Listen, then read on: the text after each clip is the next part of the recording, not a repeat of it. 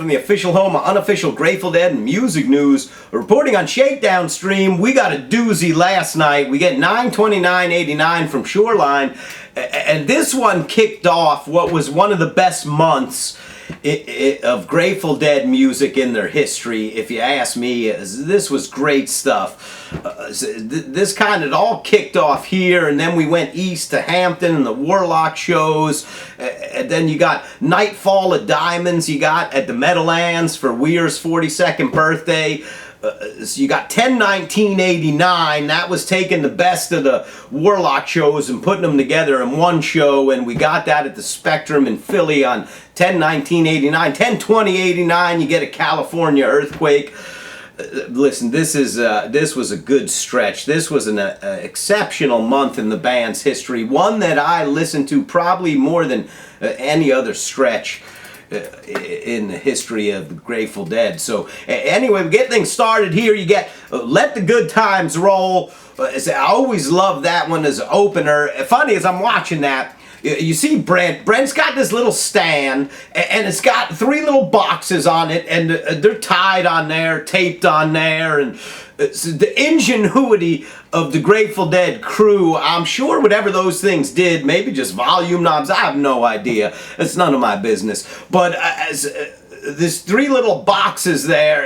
The ingenuity, I'm sure whatever those did there's probably easier ways to do that now, but back then there probably was no way to do that unless you did what they did. That was a mouthful. And that's the ingenuity of the Grateful Dead crew. I was looking at that and thinking, somebody rigged that up. I'm sure it was a brilliant move at the time. And funny to see that stack of little knobs on a little stand in front of Brent. Anyway, we get Stranger Franklin's next. That's what you got prior to them busting out Help on the Way and Slipknot. Pretty much Franklin's usually followed Stranger. Both of those were exceptional. The Franklin's, unbelievable. Garcia's in full mind melt mode. He 3rd degree of face theft, and he's aware of it. He's stealing faces left and right, and just amazing watching that. Wang Dang Doodle came up next, and Wang Dang Doodle was never necessarily one of my favorites, but what I do notice is most shows that I'm crazy about, that I love, really good shows, Wang Dang Doodle is one of those common threads. Seems like that's a weird choice in the first set for a lot of great shows. I think there are a number of songs like that, and Wang Dang Doodle's one of them. It seemed to find its way into exceptional shows. There's a Jackaro after that, Garcia telling the story.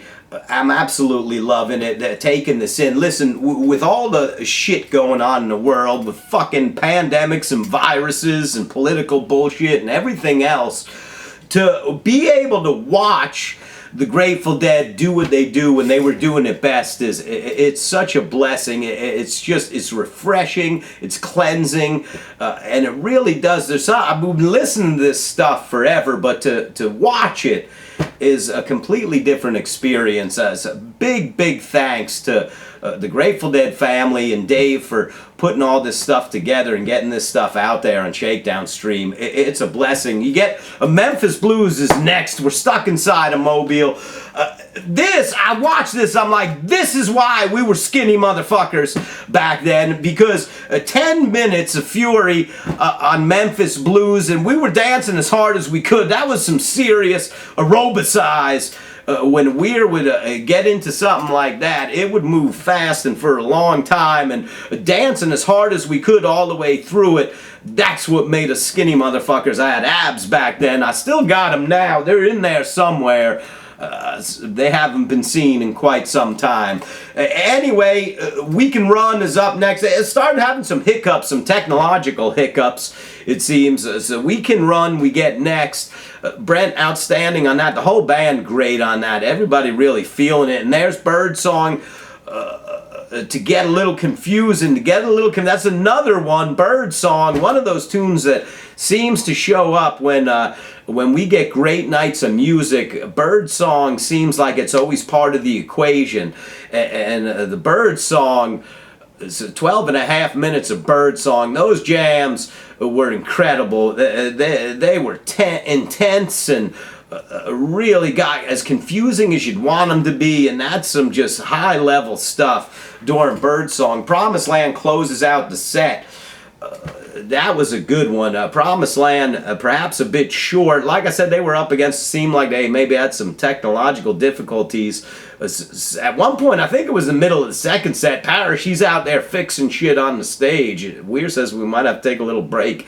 So he was out there fixing shit on the stage. They come out there to tune. Back in the day, it seemed like they were tuning for 12 minutes. Now that we have all this digitized stuff and we see the time signatures, you think, well, it was less than 2 minutes. But it seemed like they came out and tuned for 12 or 13 minutes, but apparently it's just under 2. They get the China Cat to kick this off. This is going to be a party and a half. Garcia throughout the China Cat seemed like maybe he's missing some notes, and then you think he's not missing it, he's doing this shit on purpose to make it more psychedelic, and motherfucker's catching up exactly when he needs to. That's all that counts. He's twisting that one around. That one I'm having a bundle of fun dancing to that in my room. So loud, the wolf just howling like crazy. My room was so full of music. It was an incredible experience. I Know You Rider, interesting. The initial verse that everybody typically sings, Weir had it on his own. He took it on his own. Nobody joined him on that. It's funny. I've listened to that a bunch. It was weird how I didn't feel as though there was a recall on that, and there should be, because that was unique. The whole I Know You Rider was outstanding. I think they might have had the hiccup either before or after Blowaway. I think it was after Blowaway. They get Blowaway in there. Brent killing it. So really, his fresh cut on the bangs for Brent is he's looking at Garcia back and forth, full of tension, full of eyes wide as western skies. Brent and Garcia kind of linking up. It seemed like Garcia made him just feel about as electric as he did the rest of us, boy. The energy between the two of them watching through all these old shows is just exceptional. So a great Blowaway, a really good. Most people, when they talk about Blowaway, they talk about Crimson, White, and Indigo 7/7/89 as one of the best. This one's a good one. Hey, wait a minute, and they stopped. In Philly, he went on and on, did a little thing, the hand and the heart and the whole 9 yards. They just stopped this one after the hey, wait a minute. I think that's when Parrish came out, started fixing shit. Garcia's guitar is, I mean, that thing is wired to space. I have no idea. There's so many wires and plugs and shit. That's when MIDI was in full gear. We got a lot of MIDI. It was a MIDI heavy night, but it was one of those nights where the MIDI seemed like it was in all the right places. MIDI was always great for me. Songs like Birdsong, fantastic, and they after Blowaway, they do Playing in the Band. The jams and Playing in the Band are intense as a motherfucker.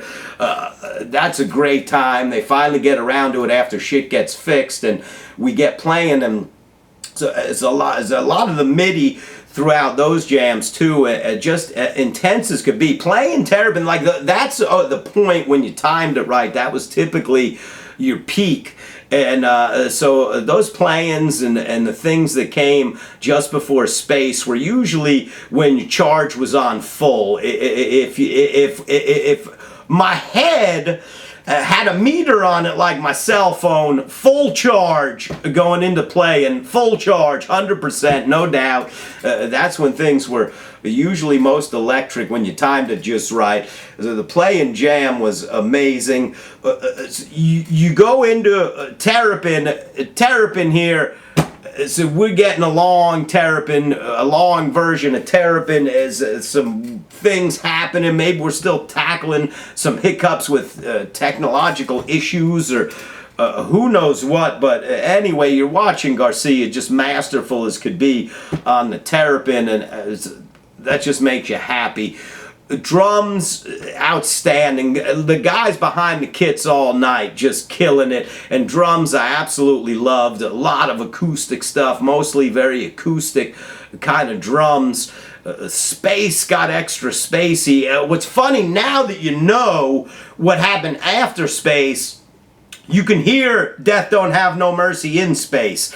Now that you know it happened, I'm not sure anybody picked that up that night, but now that you know, you could that Death Don't Have No Mercy is jumping around that space a little bit. Sound like Watchtower was roaming around in there. That's the way it is with the Dead. All those tunes that come out of space always wandered around during space. It ends up being the Miracle, and the Miracle, they're killing it. It's brief because they want to. It seemed to me like Garcia wanted to get to Death Don't Have No Mercy from the time they took the stage. He couldn't wait to get to it because he was a little bit ahead of things, it seemed, for most of the night. I just imagine, let's just get to Death Don't Have No Mercy. And I'm only doing this review so we can talk about Death Don't Have No Mercy. So out of the Miracle, you get Death Don't Have No Mercy. First time since 4/26/70. We've been nearly 30 years without the song. They bust out Death Don't Have No Mercy. This one, this is what it's all about. As I'm watching this, I'm like one of those fat ladies on The Price is Right that gets called up and she's crying and she's laughing and she's crying and she's smiling. And that's what I looked like in the room last night as that Death Don't Have No Mercy was filling my house with sound. Possibly one of Garcia's greatest solos that he ever took is the version from Hampton. That one might be my favorite, but I'm not sure this one, the solo Garcia takes on that one, is just otherworldly. It's like when ecstasy and sorrow collide at the speed of light. That's what you get. You get that solo in Death Don't Have No Mercy, and like I said, I was smiling while I was crying. It stirred up so much in me, and being able to watch Garcia just masterfully piece that one together.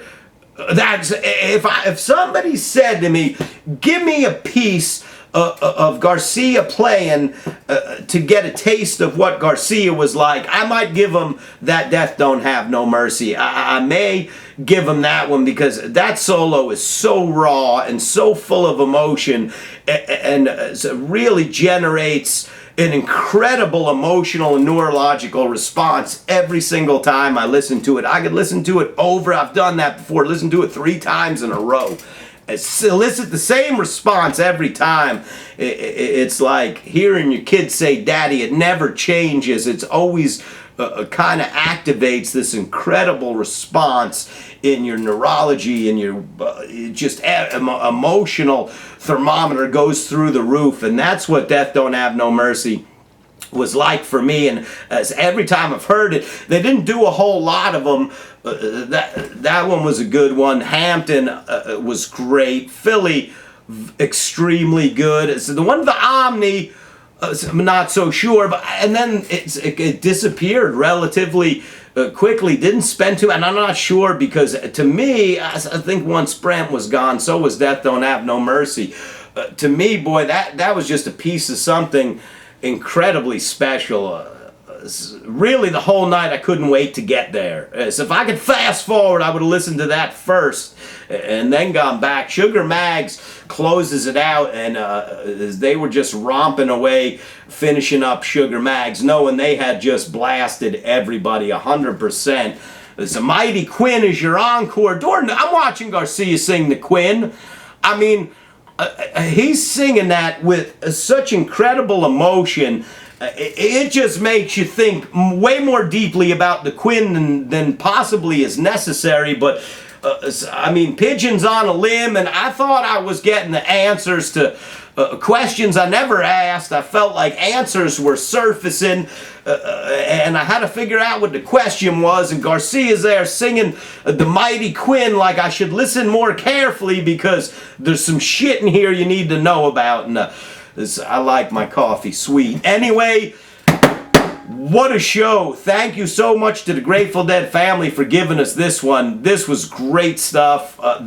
Personally, the best of the bunch so far. I will watch this one over and over again, particularly that second set. So anyway, love you all forever. Do your best. Stay safe and healthy. Listen, watching Weir last night, that's a motherfucker that needs a mask, because really, he was fucking spitting all over the damn place. We remember the shirts, Weir spit on me and everything else back in the day.